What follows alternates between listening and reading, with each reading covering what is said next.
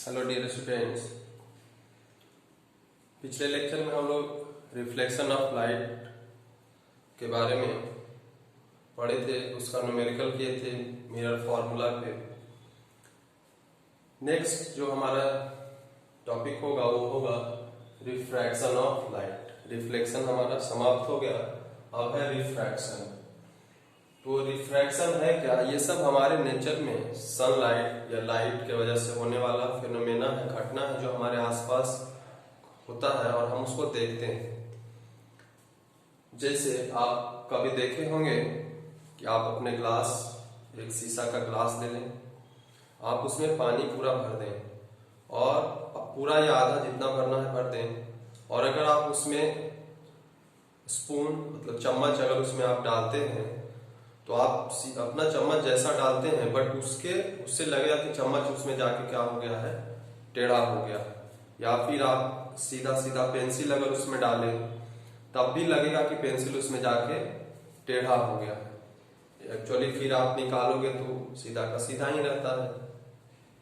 तो क्या होता है कि सीधा पेंसिल हमको उस पानी में जाने के बाद जब हम देखते हैं तब वो टेढ़ा दिखता है। तो यही सब फिनोमेना को एक्सप्लेन करने के लिए ये रिफ्रैक्शन ऑफ लाइट चैप्टर या ये टॉपिक है।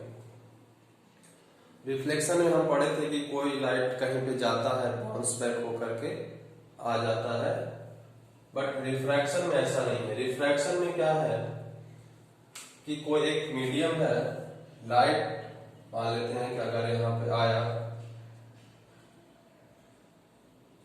तो ये इसको पास करेगा।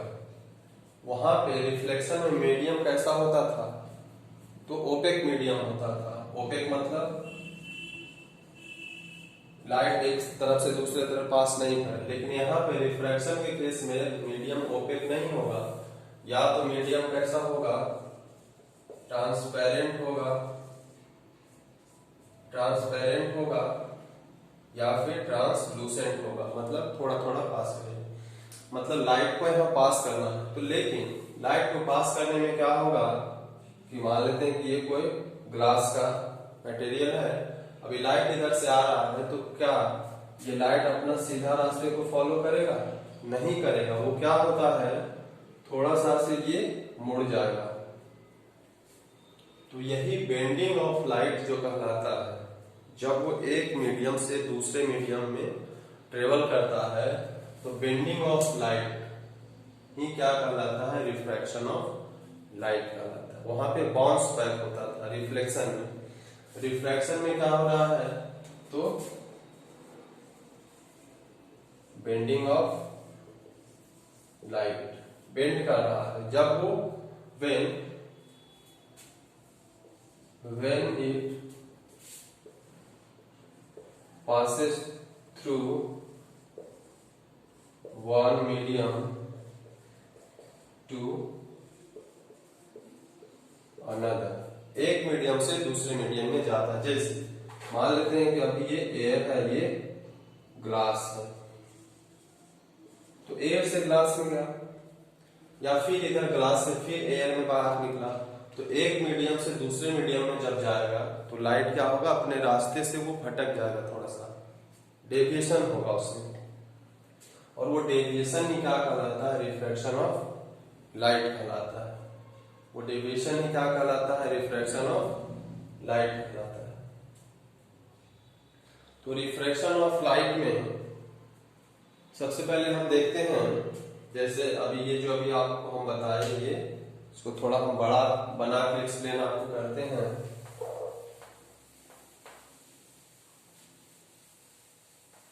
थोड़ा सा इसको हम बड़ा बनाते हैं।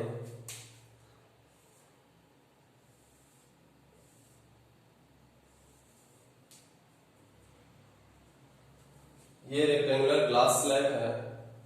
आप लेबोरेटरी में जाओगे तो शीशा का क्यूबॉइडल शेप में ये आपको वहां लेबोरेटरी में होगा, आप उसको देख सकते हैं। उससे एक्सपेरिमेंट भी आपको करवाया जाएगा। उससे अगर या फिर नहीं करवाया जाता है तो आप अपने टीचर को बोलिए कि refraction of light by glass slab. ये क्या है, ग्लास स्लैब है। इसको कहते हैं ग्लास स्लैब। तो ये ग्लास का मटेरियल है, ये ग्लास है, क्या चीज है ये? ग्लास है। इधर क्या है? एयर है, और फिर इधर भी एयर है।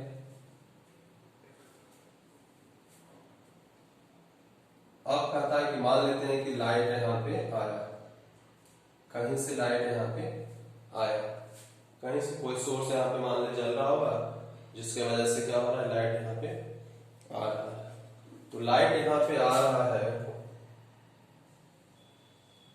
तो हम सबसे पहले क्या करेंगे, यहाँ पे नॉर्मल खींचते हैं।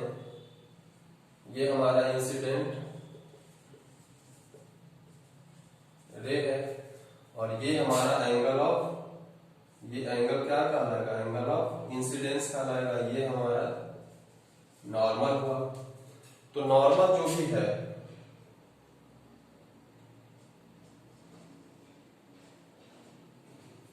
नॉर्मल जो भी है, तो यहाँ रिफ्लेक्शन में हम पढ़ते थे कि I बराबर R होता है। यहाँ पे ऐसा नहीं होगा। यहाँ पे है कि लाइट जैसे आया, तो इसको क्या होना चाहिए था, जिस रास्ते से आया है उसी रास्ते से क्या होना चाहिए था, इसको चला जाना चाहिए था। जिस रास्ते से आया था उसको उसी रास्ते से चला जाना चाहिए था। इस रास्ते से हम लोग चूंकि पढ़ते हैं कि लाइट स्ट्रेट लाइट में लाइन में ट्रेवल करता है, तो अगर इधर से आया तो इधर को चला जाना चाहिए था, लेकिन इधर ये जाएगा नहीं। इधर क्या होगा, वो जाएगा नहीं। ये डॉटेड कर दिए, इसका मतलब ये है कि ये उधर जाएगा नहीं। तो क्या होगा इसके साथ, तो कहता है कि एयर और ग्लास, तो इसमें एक कंसेप्ट होता है कि जब, इसमें एक कंसेप्ट होता है कि जब रेयर से डेंसर, रेयर से डेंसर मीडियम में जाएगा, रेयर मीडियम से डेंसर मीडियम में जब लाइट पास करेगा, तब क्या होगा, bends toward, bend toward normal. तब क्या होगा, वो नॉर्मल की तरफ मुड़ जाएगा। पहला चीज ये होगा। दूसरा होता है कि जब वो डेंसर से रेयर की ओर जाएगा, डेंसर से रेयर मीडियम की ओर जाएगा, तब क्या होगा, तब ये होगा bend away from, bends away from normal. ये दो कंसेप्ट का यहाँ पे इस्तेमाल होगा। इधर एयर है, ग्लास है, और फिर से यहाँ पे एयर है।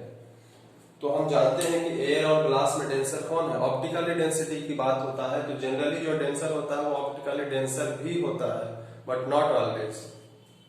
लेकिन यहाँ पे एयर और ग्लास में ग्लास ही डेंसर है, ये रेयर मीडियम है। तो जब रेयर से डेंसर में आएगा तो लाइट क्या हो जाएगा, नॉर्मल की तरफ झुक जाएगा। यानी कि इसको इस रास्ते से जाना चाहिए था, लेकिन वो क्या होगा, उस रास्ते से जाएगा नहीं। नॉर्मल हमारा क्या है, ये है, तो ये अपना उस पाथ को छोड़ के थोड़ा सा क्या होगा, इधर झुक जाएगा। मतलब समथिंग ये ऐसा कहीं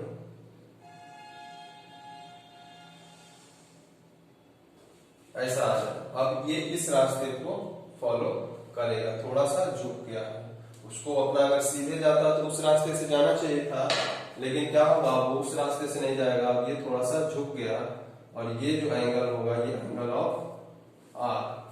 आर यहाँ पे एंगल ऑफ रिफ्रैक्शन है, रिफ्लेक्शन नहीं। डिनोट हम आर से ही करेंगे, लेकिन ये एंगल आर क्या होगा, एंगल ऑफ रिफ्रैक्शन होगा।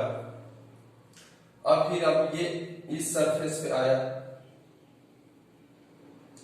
इस सरफेस पे आया, तो फिर यहाँ पे क्या है, यहाँ पे एयर ग्लास मीडियम था, इंटरफेस एयर और ग्लास का इंटरफेस पॉइंट है। यहाँ पे ग्लास से फिर एयर में जाएगा, यानी कि डेंसर से फिर कहाँ जाएगा, रेयर मीडियम में जाएगा। तो यहाँ पे भी हम एक नॉर्मल बनाते हैं।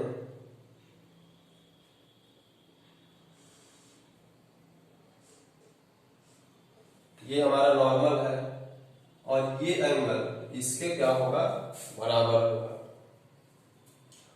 तो कहता है कि यहां से अगर इसको जाना चाहिए था तो फिर ये क्या होता, सीधे सीधे चला जाता अपना। यहां से अगर इसको जाना होता तो क्या होता, सीधे सीधे चला जाता ऐसा। लेकिन ऐसा जाएगा क्या, नहीं जाएगा। क्यों नहीं जाएगा, क्योंकि जैसे ही डेंसर से रेयर मीडियम में फिर आएगा, डेंसर से रेयर मीडियम में आएगा, फिर वो नॉर्मल से दूर भागेगा। यानी कि ये नॉर्मल है तो इससे क्या हो जाएगा, थोड़ा सा और दूर भागेगा। यानी कि इस पाथ को ये ट्रेस नहीं करेगा, क्या हो जाएगा, थोड़ा सा और ये दूर भागेगा। क्या होगा, थोड़ा सा और ये दूर भागेगा।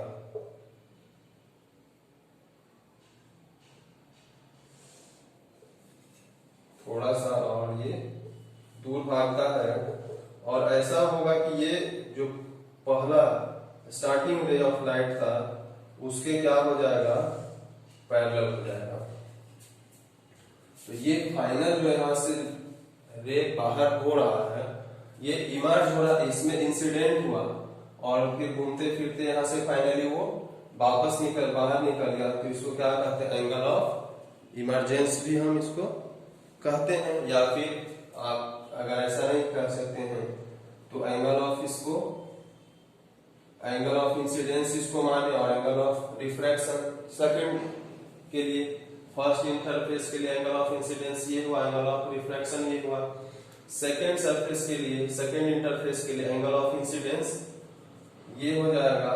ये अगर I1 है तो इसको हम I डैश से रिप्रेजेंट करते हैं, तो ये क्या होगा, एंगल R डैश से रिप्रेजेंट करेंगे। और ये दोनों जो लाइन होगा, ये लाइन क्या होगा, दोनों पैरेलल होगा। मतलब वो कहीं पे नहीं जाके मिलेगा। और ये जो डिस्टेंस हुआ, जितना डिस्टेंस, मतलब ओरिजिनल अगर लाइट जाता तो उस रास्ते से जाता, लेकिन जा किस रास्ते से रहा है, घूमते फिरते ये इस रास्ते से जा रहा है। ओरिजिनल किस रास्ते से जा रहा है, ये इस रास्ते से जा रहा है, इस रास्ते से तो नहीं जा रहा है, इसलिए उसको डॉटेड हम दिखाए हैं। और जिस रास्ते को फॉलो किया है वो हमारा डार्क है। तो जाना चाहिए था उस रास्ते से, लेकिन गया इस रास्ते से। कितना डेविएशन हुआ, तो इतना का डेविएशन हुआ। तो यही जो डेविएशन है, ये डिस्टेंस जो है, ये डिस्टेंस क्या कहलाता है, तो ये डिस्टेंस क्या कहलाता है, लेटरल शिफ्ट। अब सवाल है कि रेयर से डेंसर मीडियम में जाने पे लाइट नॉर्मल की ओर क्यों आता है, और डेंसर से रेयर मीडियम में जाने पे लाइट नॉर्मल से दूर क्यों भागता है। तो दूर क्यों भागता है, तो जैसे आप समझ लें कि आपको खुला रोड अगर मैदान दे दिया जाए, आपको दौड़ने बोल दिया जाए, तो आप दौड़ेंगे। अगर उसी में 100 आदमी और आपके साथ दौड़ा दिया जाए, तब आपका दौड़ने का स्पीड क्या हो जाएगा, कम हो जाएगा। तो यही बात यहाँ पे भी होता है, डेंसिटी क्या हो रहा है, बढ़ जा रहा है। यहाँ पे डेंसिटी कम है तो यहाँ पे स्पीड जो उसका था सो था। अब जैसे ही वो एयर से ग्लास में आया, डेंसिटी क्या हो गया, बढ़ गया। तो डेंसिटी बढ़ने से क्या होगा, इसका स्पीड ऑफ लाइट क्या होगा, कम हो जाएगा। अब स्पीड ऑफ लाइट कम हो जाएगा तो क्या होगा, अपना वो जो नॉर्मल पाथ पे जा रहा था, जो नॉर्मल स्पीड से, उसको क्या करेगा, ट्रेस नहीं कर पाएगा, उसका स्पीड कम हो जाएगा। और स्पीड जब कम होगा तो वो नॉर्मल की तरफ झुक जाएगा। As speed of light decreases, bend towards normal. क्यों नॉर्मल की तरफ झुक जाता है, because as speed of light decreases. And यहाँ पे bends away from normal as speed of light क्या होगा, इंक्रीजेस। तो अब यहाँ पे फिर क्या होगा, यहाँ पे ग्लास है, यहाँ पे ग्लास में क्या है, फिर धीरे धीरे आ रहा है। और जैसे ही फिर से वो एयर में गया, फिर से उसको मिला एकदम खुला रास्ता, फिर वो तेजी से दौड़ने लगा, फिर उसका स्पीड क्या हो जाएगा, बढ़ जाता है। तो वो स्पीड जैसे ही बढ़ेगा तो अपना फिर जो ओरिजिनल ये पाथ था उसको छोड़ के फिर वो क्या करेगा, तेजी से दौड़ेगा। लेकिन इस दौरान वो डिस्टेंस कुछ क्या हो जाता है, शिफ्ट हो जाता है। वही शिफ्ट जितना से इस पाथ से जाना चाहिए, लेकिन स्पीड बाद में फिर सेम हो जाता है, जिस स्पीड से आया उसी स्पीड से, लेकिन वो कुछ अपने पाथ से क्या हो जाता है, डेविएट हो जा रहा है। वो डेविएशन ही क्या कहलाता है, लेटरल शिफ्ट कहलाता है। अब यहाँ पे ये तो हमारा refraction of light through glass slab था। छोटा छोटा टर्म हम ये देखे, रेयर मीडियम डेंसर मीडियम, ये इसका तो हमेशा यूज होगा, इसका हमेशा आगे प्रिज्म के बारे में भी पढ़ेंगे इसके आगे चैप्टर में, उसमें भी इस कंसेप्ट का इस्तेमाल होगा कि रेयर मीडियम से डेंसर मीडियम में जा रहा है तब क्या होगा, डेंसर मीडियम से रेयर मीडियम में आ रहा है तब क्या होगा। तो आप इसको आप बेहतर होगा कि आप अगर लेबोरेटरी में जाके करेंगे तो ज्यादा क्लियर होगा। अब आपको हम समझाते हैं कि आपका जो पानी का बॉटल या पानी के ग्लास में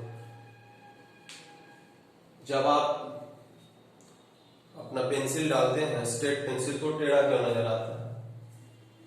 तो स्ट्रेट पेंसिल, ये हमारा स्ट्रेट पोजीशन है। हमारा जो ओरिजिनल पेंसिल डालेंगे हमारा ऐसा होगा, क्यों? क्योंकि हम तो सीधे देख सकते हैं, लेकिन वहां पे क्या होगा कि जैसे ही हाफ ग्लास, जहां तक ग्लास खाली है वहां तक तो हमको ऐसा ही सीधा दिखेगा, लेकिन जैसे ये पानी वाला भाग होगा ग्लास में, जैसे ये ग्लास है, अब ये ग्लास में हम इतना पानी भर दिए, ये वाटर है, और इधर ग्लास में क्या है, एयर है, एयर वाला पार्ट है और वाटर वाला पार्ट है, शीशा का ही ग्लास भी है। अब इसमें हम जैसे ही यहाँ पे हम पेंसिल डालेंगे तो हमारा पेंसिल तो ओरिजिनल ऐसा रखा जाएगा, हमारा ओरिजिनल पेंसिल ऐसा रखा जाएगा, लेकिन हमको ऐसा दिखेगा नहीं। दिखेगा कैसे कि जैसे यहाँ तक लाइट, तो हम क्या होगा, सीधा जा रहा है, लेकिन यहाँ से फिर क्या हो जाएगा, ये इसका शेप ऐसे हो जाएगा। क्यों? क्योंकि यहाँ से जाने के बाद फिर लाइट क्या हुआ, रेयर से डेंसर में गया, तो डेंसर में गया तो फिर क्या होगा, ये नॉर्मल की तरफ थोड़ा झुक जाएगा, ये यही रहेगा। लेकिन हमारा जो हम किसी चीज को देख पाते हैं, क्यों? क्यों? क्योंकि जिसको हम देख पाते हैं वहां से लाइट हमारे आंखों पे पड़ता है, हमारे आंखों से लाइट नहीं निकलता है, उस ऑब्जेक्ट से लाइट आता है हमारे आंखों पे, और तब हम क्या करते हैं, देख पाते हैं। तो यहाँ से जो लाइट आएगा, जो हम इसको देख रहे हैं, यहाँ से जो लाइट आएगा वो क्या होगा, अभी डेंसर है, डेंसर से रेयर में जाएगा, तो इस वजह से कि हमारा ओरिजिनल पाथ तो हमको दिखेगा नहीं, तो क्या दिखता है हमको, थोड़ा सा वो टेढ़ा, फिर निकालेंगे तो फिर ओरिजिनल वैसा ही दिखेगा। तो यही रिफ्रैक्शन क्या होता है यहाँ पे हमारे डे टू डे लाइफ में, इसको हम लोग देखते हैं, आश्चर्यचकित होते हैं कि कैसे हो रहा है, बट उसके पीछे क्या है, ये फिजिक्स है, और फिनोमेना कौन सा है, रिफ्रैक्शन ऑफ लाइट है।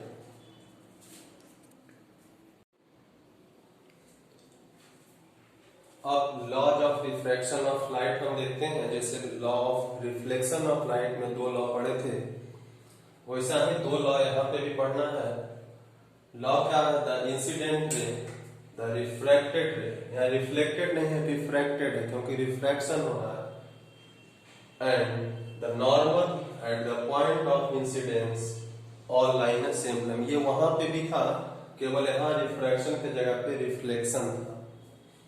दूसरा जो इसका इंपॉर्टेंट है, ये तो है ही, मतलब स्टेटमेंट है, बट काम आने का चीज ये है, इस पे आगे क्वेश्चन होगा और भी आगे चीज इस पे है। दूसरा है कि the ratio of sine of angle of incidence, sine मतलब साइन थीटा, इसी का शॉर्ट ऐसा यानी फुल नेम होता है, शॉर्ट में हम उसको साइन ऐसा लिख देते हैं। आगे ट्रिग्नोमेट्री अगर मैथमेटिक्स में आप पढ़ेंगे तब वहां समझ में आएगा साइन कॉस टैन ये सब क्या होता है। तो ratio of sine of angle of incidence to the sine of angle of refraction is constant for the given colour of light. हर कलर ऑफ लाइट का अलग अलग होगा, लेकिन जो गिवन कलर होगा कि मान लें पार्टिकुलर रेड है, ऑरेंज है, ग्रीन है, ब्लू है, जो भी हो, वायलेट है, तो उसके लिए sine I by sine are क्या होगा, कांस्टेंट होगा। And given pair of medium, medium भी फिक्स होना चाहिए कि एयर से वाटर में जा रहा है, या एयर से ग्लास में जा रहा है, या वाटर से ग्लास में जा रहा है, हर मीडियम के लिए फिर अलग रेशियो हो जाएगा। और ये जो लॉ होता है ये साइंटिस्ट थे स्नेल, तो इसीलिए इस लॉ को बोला जाता है स्नेल्स लॉ ऑफ रिफ्रैक्शन। अब यही स्टेटमेंट को मैथमेटिकल फॉर्म में, तो साइन आई ये एंगल ऑफ इंसिडेंस है, sine are angle of refraction, तो sine I by sine are क्या बोला है कि कांस्टेंट होगा, तो ये कांस्टेंट तो है लेकिन उसको हम इस सिंबल से डिनोट करते हैं, कहीं कहीं पे ये सिंबल आपको नहीं मिलेगा, सीधा sine I by sine r बराबर कांस्टेंट लिखा हुआ होगा, कहीं पे ऐसा भी रहेगा तो उससे कोई परेशानी नहीं है। ये कांस्टेंट जो है इसको हम लोग पढ़ते हैं म्यू, क्या पढ़ते हैं mu, sine I by sine r बराबर म्यू, एक ग्रीक लेटर है, साइन आई बाई साइन बराबर म्यू। अब इसका इस्तेमाल देखिए, अभी हम आपको आगे बताएंगे कि ये जो वैल्यू होता है यही वैल्यू किसी जिस पेयर के बीच हम निकाल रहे हैं उस पेयर का क्या कहलाता है, तो उस पेयर का क्या कहलाता है रिफ्रैक्टिव इंडेक्स कहलाता है, उसी पेयर का क्या कहलाएगा ये वैल्यू ही है, यानी कि इसका रेशियो ही जो है वो particular medium, particular given pair of medium for particular colour of light के लिए क्या कहलाएगा, उसका रिफ्रैक्टिव इंडेक्स कहलाएगा। ये हम देखते हैं।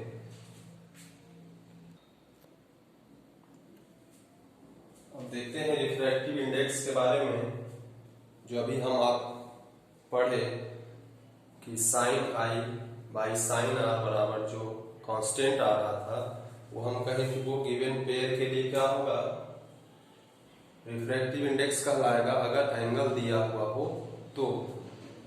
एंगल के अलावा भी कुछ दूसरा चीज दे सकता है, स्पीड ऑफ लाइट दे सकता है कि इस मीडियम में कुछ है, इस मीडियम में कुछ है।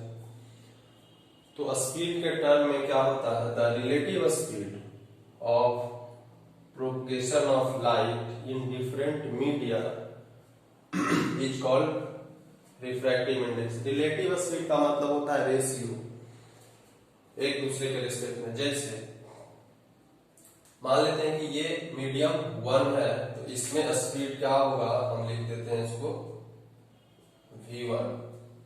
मीडियम 1 में स्पीड v1 हो गया, मान लेते हैं कि मीडियम 2 में स्पीड क्या हो जाए v2 हो जाए, फिर से मीडियम 1 है तो इसको फिर से हम v1 लिखते हैं।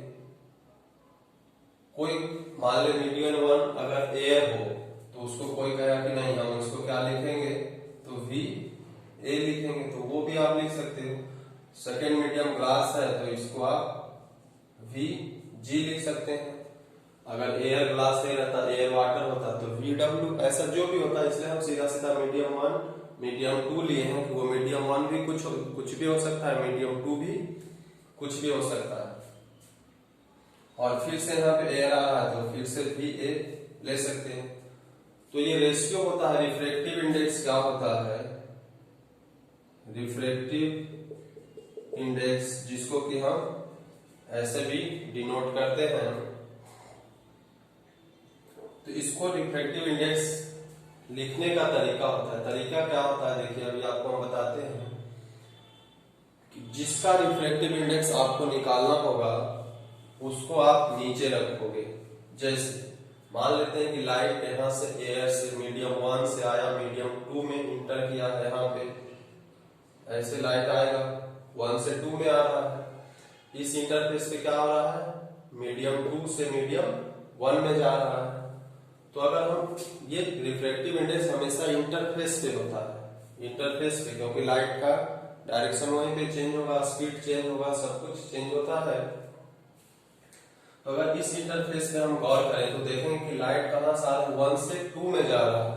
तो जिसमें लाइट जाएगा उसका रिफ्रैक्टिव इंडेक्स हम निकालते हैं। तो रिफ्रैक्टिव इंडेक्स ऑफ 2 किसके रिस्पेक्ट में निकालेंगे, तो आ कहां से आ रहा है, 1 से आ रहा है, तो विद रिस्पेक्ट ऑफ 1 ऐसा लिख सकते हो। इसी का और एक रिप्रेजेंटेशन है, ऐसे भी लिख सकते हो, refractive index of 2 with respect to 1। चाहे आप ऐसा लिखो या ऐसा लिखो, ऐसा लिखने पे आपको ज्यादा सुविधा होगा। सुविधा क्या होगा हम अभी आपको बताते हैं कि रिफ्रैक्टिव इंडेक्स अभी हम क्या पढ़े कि relative speed of propagation of light हुआ। तो ऐसा लिखने से क्या होगा कि जो ऊपर है उसका स्पीड भी क्या करेंगे हम ऊपर ही लिख देंगे। तो यहां पे क्या लिखेंगे, speed of light in medium first, speed of light in medium first या 1, और फिर नीचे क्या हो जाएगा 2 है तो speed of light in medium 2। तो देखिए जिसका हमको निकालना होगा, ये यहाँ पे रिफ्लेक्टिव इंडेक्स क्या निकला, जिसमें जाएगा लाइट उसका निकलेगा हमेशा। इसी सरफेस पे 1 का भी निकलता है, अगर लाइट इधर से जाता तब हम क्या लिखते, जिधर से जाता उसको हम ऊपर लिखते, और जिस मीडियम में जाता वो यानी कि इनिशियल बाई फाइनल, ऐसा भी हम कह सकते हैं। अब यहाँ पे हम इसको रिप्रेजेंट क्या किए हैं, speed of light in medium 1 को हम v1 से रिप्रेजेंट किए हैं और इसको v2 से। तो ये हमारा क्या हो जाएगा, refractive index of medium 2 with respect to medium 1। ये स्पीड के टर्म में हुआ। एंगल के टर्म में क्या हो जाता है, sine I by sine are.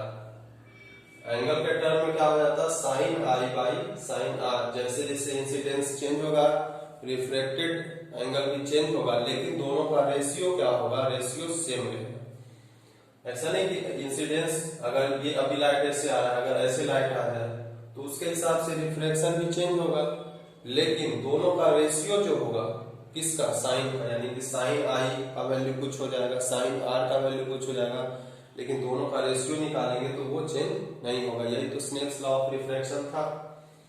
अब ये हुआ, ये फर्स्ट इंटरफेस पे हुआ, फर्स्ट इंटरफेस पे हुआ, यहाँ पे हुआ है। अब यहाँ पे देखते हैं, यहाँ पे क्या हो रहा है, ये फर्स्ट इंटरफेस है, ये सेकेंड इंटरफेस है। अब यहाँ पे क्या हुआ, तो यहाँ पे जब हम रिफ्रैक्टिव इंडेक्स लिखेंगे तो ये क्या लिखेंगे, रिफ्रैक्टिव इंडेक्स अब किस में आ रहा है, ये मीडियम 2 है और ये मीडियम 1 है। अब यहाँ पे क्या हो रहा है, 2 से 1 में आ रहा है। यहाँ पे क्या हो रहा था, 1 से 2 में आ रहा था। यहाँ पे क्या हो रहा था, 1 से 2 में आ रहा था लाइट, और यहाँ पे क्या है, 2 से फाइनली 1 में फिर से वापस चला जा रहा है। तो यहाँ पे हम क्या लिखेंगे, अभी आपको बताया कि इनिशियल जिससे आ रहा है वो ऊपर होगा, या जिसमें जा रहा है उसका रिफ्लेक्टिव इंडेक्स हम निकालेंगे। तो 2 से 1 में जा रहा है तो 2 ऊपर होगा, 1 नीचे, यानी कि इसमें रिफ्लेक्टिव इंडेक्स किसका निकलेगा, तो reflective index of 1 with respect to 2, ऐसा लिखते हैं। या फिर ऐसा भी लिख सकते हैं, reflective index of 1 with respect to 2। तो ये क्या चीज हो जाएगा, तो फिर जो ऊपर है उसका स्पीड ऊपर, तो इसका स्पीड कितना है, तो मान लेते हैं यहाँ v1 है, इसका स्पीड कितना है, v2 है, इसमें हर जगह v2 में स्पीड रहेगा। तो ये क्या हो जाएगा, v2 बाई v1। तो ये जो हमारा हुआ n12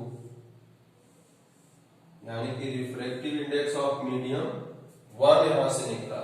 ये क्या निकला है, रिफ्रैक्टिव इंडेक्स ऑफ मीडियम 2। अब इस दोनों में आप देख रहे होंगे कि डिफरेंस क्या है, तो डिफरेंस जस्ट क्या है कि जो ये v1 बाई v2 है, ये क्या हो गया v2 बाई v1 है, मतलब जस्ट उसके क्या हो गया, रेसिप्रोकल है। यानी कि एक गिवन मीडियम है, गिवन इंटरफेस है, उसमें अगर एक का हमको पता चल गया, जैसे मान लेते हैं n21 हमको पता चल गया, अभी n12 निकालना होता तो क्या करते, सीधा इसको उल्टा कर देते। अभी v1 बाई v2 है, उल्टा किए तो क्या हो गया, v2 बाई v1।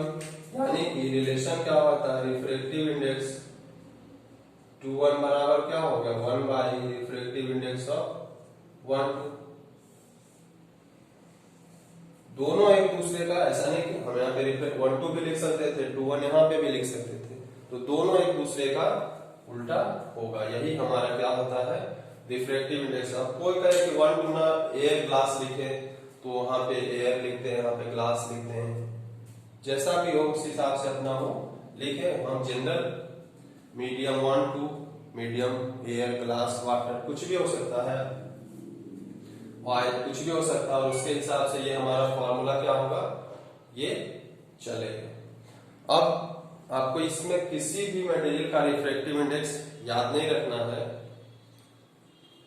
पर हाँ ये जरूर याद रखना है कि रिफ्रैक्टिव इंडेक्स सबसे ज्यादा किसका होता है, तो सबसे ज्यादा डायमंड का होता है, और इसी वजह से डायमंड क्या होता है, बहुत ज्यादा चमकीला होता है। क्यों? क्योंकि एक बार उसके अंदर जो लाइट इंटर कर जाता है तो इतना उसका कटिंग होता है कि लाइट उसी के अंदर क्या होता है, बार बार घूमते रह जाता है और वो बाहर नहीं निकल पाता है। तो हल्का सा भी लाइट अगर वो उसके अंदर चला गया तो वो क्या होगा, चमकने लगेगा। तो ये डायमंड का प्रॉपर्टी हुआ, और उसका रिफ्रैक्टिव इंडेक्स जो होता है वो सबसे ज्यादा होता है। अभी हम लोग रिफ्रैक्टिव इंडेक्स देखें दो मीडियम के बीच में, तो वो दो मीडियम कोई भी हो सकता है। मान लेते हैं एक ग्लास हो जाता है, एक वाटर हो जाता है, एक वाटर हो जाता है, एक ऑयल हो जाता है। अब उसी में आगे है एब्सोल्यूट रिफ्रैक्टिव इंडेक्स।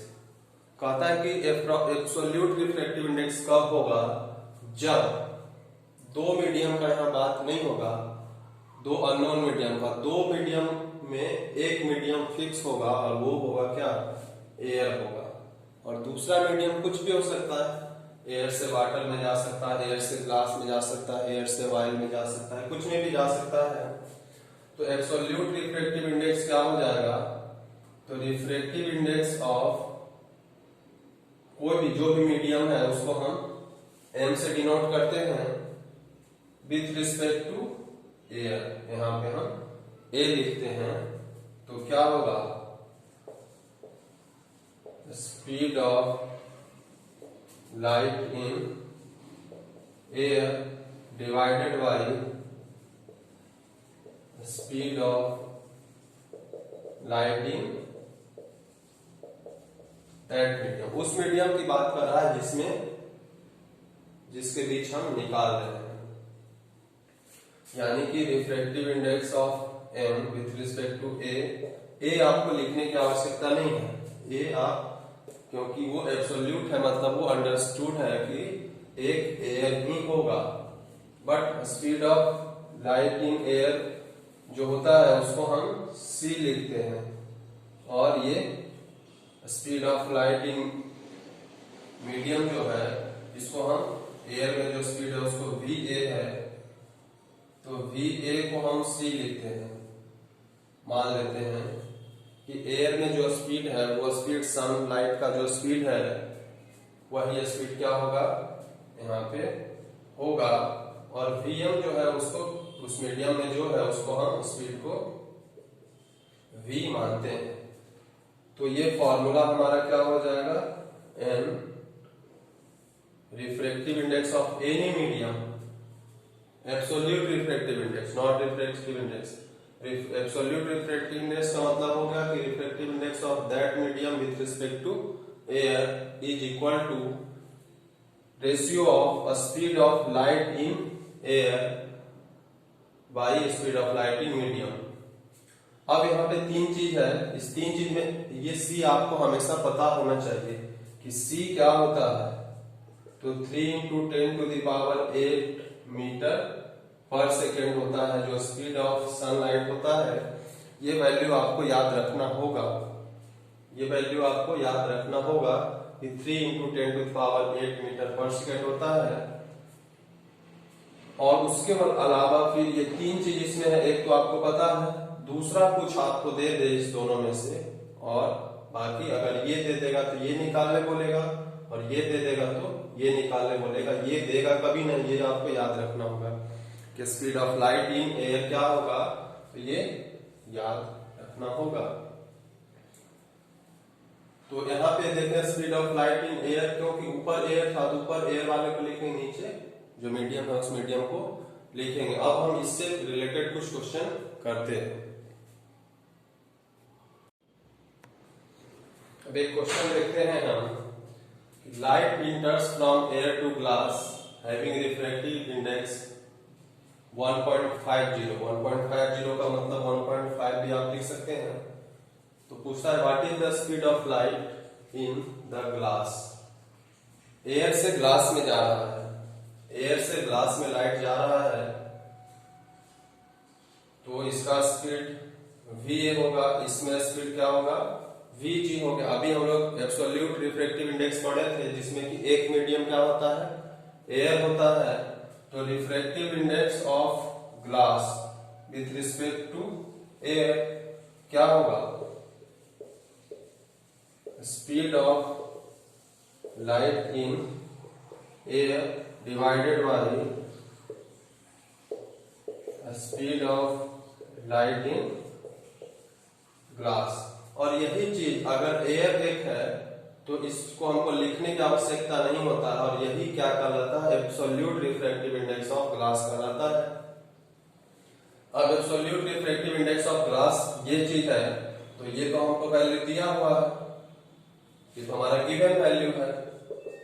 गिवन क्या है, रिफ्रैक्टिव इंडेक्स ऑफ ग्लास कितना दिया हुआ है 1.5 विथ रिस्पेक्ट टू एयर। यही चीज दिया 1.50 लिखो, 1.5 लिखो, बात बराबर है। अब speed of light in vacuum इतना होता है, हम एयर में भी उतना ही मान के चलते हैं। ये अभी आपको दे दिया है, ये अभी आपको दे दिया है, ये नहीं भी देता तब भी आपको यहाँ पे वही लेना होता वैल्यू। तो ये वैल्यू भी हमको दिया हुआ है कितना 1.5, और ये तो दे दिया है, नहीं भी देता तो आपको हम क्या बोले थे कि ये आपको याद करके रखना होगा। और ये चीज हमको पूछ रहा है, speed of light in glass क्या कर रहा है, हमको ये पूछ रहा है, यानी कि Vg जो है ये Va है, और इसको हम Vg माने speed of light in glass. तो ये Vg क्या होगा, अब ये इधर ले जाएंगे तो ये नीचे आ जाएगा, तो Vg बराबर क्या हो जाएगा 3 into 10 to the power 8 divided by 1.5 metre per second, ऐसा होगा। अब ये डेसिमल हम हटाएंगे तो 0 यहां रखेंगे, ये क्या करेंगे 2 से हम काट देंगे इसको, तो कितना आएगा 2 into 10 to the power 8 metre per second.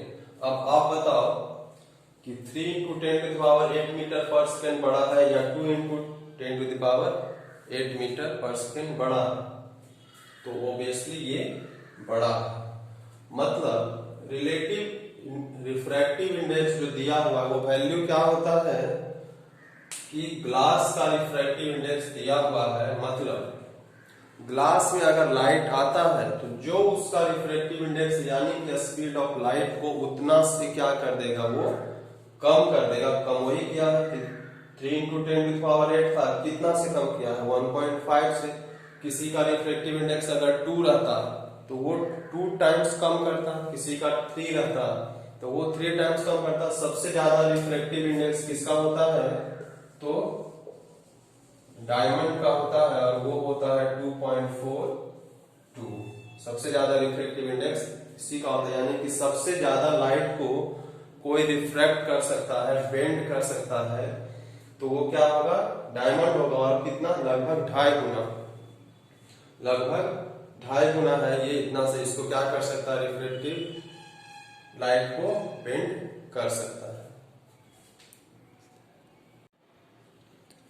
एक दूसरा क्वेश्चन है कि refractive index of diamond is 2.42, what does it mean. ये एक स्टेटमेंट है, यहां से यहां तक स्टेटमेंट है, इस स्टेटमेंट का क्या मतलब आप निकालते हो। तो अभी आपको हम बताए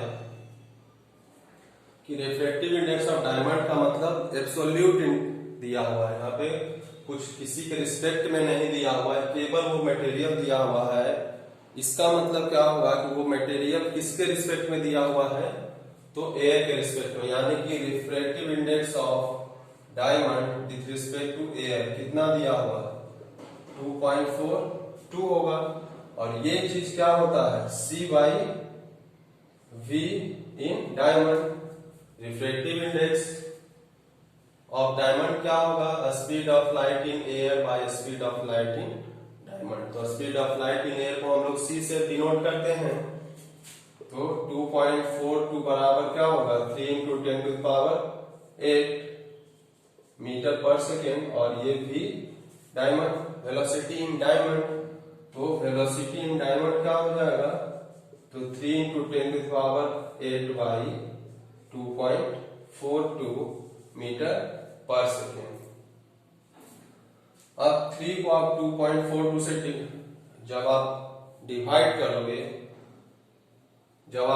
करोगे तो इसका स्पीड क्या आ जाएगा, तो जो कुछ भी आएगा बट उसका स्पीड क्या होगा, इससे कम होगा 3 से। जैसे इसको अभी हम मान लें 2.42 है, तो हम अगर लिखें तो 2 डेसिमल ऊपर चला जाएगा, क्या होगा 300 by 242 into 10 to the power 8 metre per second. अब अगर आप इसको डिवाइड करते हो 242 से 300 तो 1 टाइम्स 242 58.0 अगर बिठाते हो तो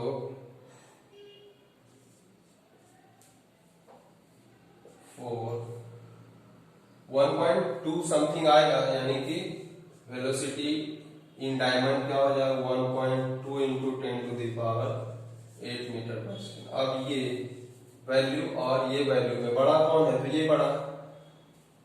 तो ये तो हमारा इससे मैथमेटिक्स कैलकुलेट कर लिए और निकाल लिए कि डायमंड में स्पीड ऑफ लाइट क्या हो जाएगा, तो मात्र इतना ही रह जाएगा।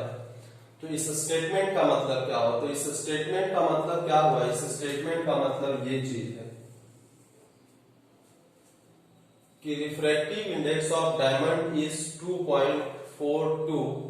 It means a speed of light in diamond is 1 by 2.42 times of speed of light in air। वही हुआ, स्पीड ऑफ लाइट से हम क्या किए हैं 2.42 से डिवाइड किए हैं, या इसको अगर कोई ऐसा लिखे कि 1 by 2.42 into 3 into 10 to the power 8, तब भी बात वही होगा।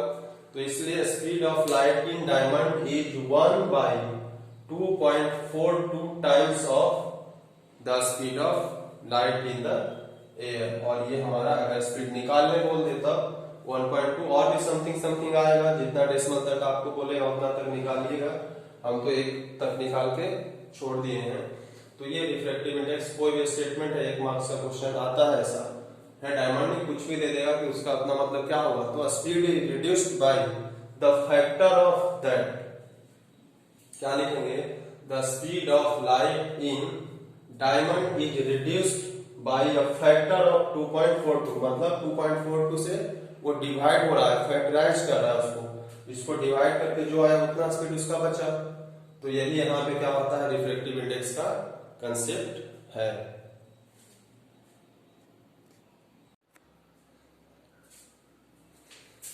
एक क्वेश्चन है थोड़ा सा एडवांस है, अब सीबीएसई में इस तरह का क्वेश्चन आने लगा है, थोड़ा सा ऊपर है। कहता है द रिफ्रैक्टिव इंडिसेस, इंडेक्स का प्लुरल है इसलिए इंडिसेस लिखा हुआ है, of glass and water with respect to vacuum are 3/2 and 4/3 respectively, ऐसा दिया हुआ है। सीधा एब्सोल्यूट रिफ्रैक्टिव इंडेक्स भी दे दिया जाता, विद रिस्पेक्ट टू वैक्यूम न लिखता तब भी बात वही होता। अब उसमें कहता है कि the speed of light in glass is 2.2 into 10 to the power 8, find the speed of light in vacuum. तो सबसे पहले गिवन क्या है ये हम लिख देते हैं। तो गिवन क्या है, तो रिफ्रैक्टिव इंडेक्स ऑफ ग्लास कितना दिया हुआ है 3/2, और रिफ्रैक्टिव इंडेक्स ऑफ वाटर कितना दिया हुआ है 4/3 with respect to air. Vacuum का मतलब एयर ही है, सीधा एब्सोल्यूट हम लिखते हैं, या नहीं तो आप लिख दें एयर यहाँ पे। अब speed of light in glass दिया हुआ, यानी कि ये वाला कंडीशन का हमको कुछ दिया हुआ है, तो हम जानते हैं कि ये अगर ऐसा है refractive index of glass with respect to air होगा तो क्या होगा, speed of light in vacuum, vacuum दिया हुआ है तो एयर मतलब वैक्यूम ही मान के चल रहे हैं, और speed of light in glass. तो ये होता है फॉर्मूला, ये हमारे पास है। अब ये वैल्यू हमको दिया हुआ है कितना, 3/2, तो 3/2 बराबर हमको निकालना क्या है, speed of light in vacuum निकालना। ये चीज हमको पता होता है, लेकिन ये क्वेश्चन में दे ही दिया हुआ है इसके हिसाब से, तो इस वजह से इसको हम अभी अननोन मान के चलेंगे। नोन क्या है, तो नोन ये चीज है, ये हमको दे दिया है क्लास वाला, तो इसको हम मान के चलते हैं, ऐसा ही लिखते हैं VA speed of light in vacuum, या इसको speed of light in vacuum को हम C लिखते हैं, और ग्लास में जो स्पीड है वो कितना है, 2 × 10⁸ मीटर पर सेकेंड है, तो 2 से 2 खत्म, अब ये 10⁸ यहाँ चला जाएगा, तो C बराबर क्या हो जाएगा, 3 × 10⁸ मीटर पर सेकेंड। यही हो गया हमारा क्या, speed of light in vacuum. तो पहला चीज हमको निकल गया speed of light in vacuum. अब दूसरा हमको निकालना है speed of light in water. तो वाटर वाला कौन सा है, ये है, वाटर का एब्सोल्यूट रिफ्रैक्टिव इंडेक्स ये चीज है। तो वाटर का एब्सोल्यूट, ये तो फर्स्ट पार्ट हुआ, पहला का आंसर आया। अब दूसरा का हम देखते हैं, refractive index of water with respect to air क्या होता है, तो ये क्या होगा, speed of light in air या vacuum divided by speed of light in water. Speed of light in water, ये चीज हमको निकालना है। Speed of light in vacuum हम अभी जस्ट निकाले, अगर नहीं भी पता रहता तो हम ये जानते ही हैं, लेकिन चूंकि यहाँ निकालने बोला इसलिए हमको निकालना पड़ा। अब इसी फॉर्मूला को आगे ले जाओगे, 4/3 बराबर speed of light in vacuum आप निकाल चुके हो कितना, 3 × 10⁸ मीटर पर सेकेंड, और speed of light in water को हम मान लेते हैं कि VW से रिप्रेजेंट करते हैं। तो VW क्या हो जाएगा, यहाँ पे VW क्या हो जाएगा, इसको थोड़ा हम मिटा देते हैं, या चलिए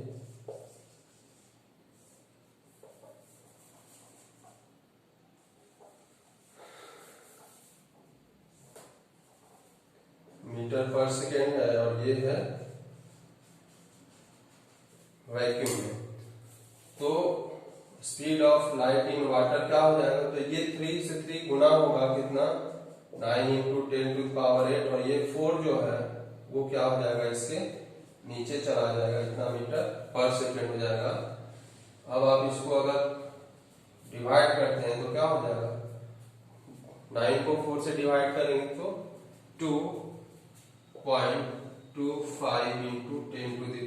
10⁸ मीटर पर सेकेंड। ये वेलोसिटी ऑफ या speed of light in water हुआ।